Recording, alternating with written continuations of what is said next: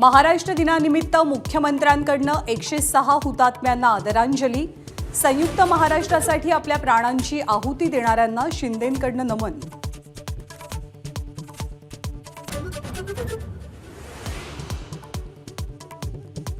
मराठी पाटी नसेल तर मालमत्ता कराइतका दंड। आजपासून मुंबई महानगरपालिकेची कारवाई। उपायुक्तांच्या पथकाकडनं दुकानांची तपासणी।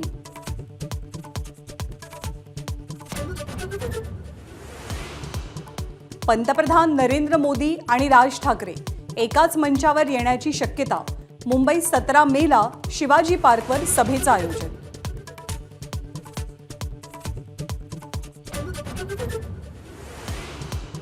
महाराष्ट्रात महायुतीला कोणताही फटका बसणार नाही। एनडीए 400 पार जाणार। माझाला दिलेल्या मुलाखतीत केंद्रीय गृहमंत्री अमित शहांना ठाम विश्वास।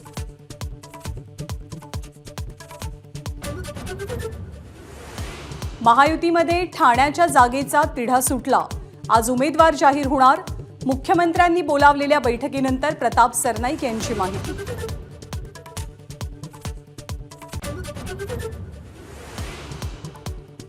महाराष्ट्रात हुकुमशहा फिरतोय।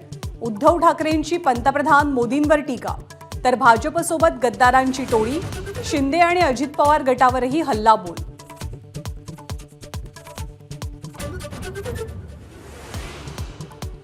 पत्नीशी बोलताना आई मध्ये बोलली म्हणून मुलानं घेतला आईचा जीव। कोल्हापूरच्या राजारामपुरी भागातली घटना। मुंबईतील उपनगरीय रेल्वे क्षेत्रात 3 महिन्यात 565 प्रवाशांचा मृत्यू। रूळ ओलांडताना आणि लोकलमधनं पडून सर्वाधिक बळी।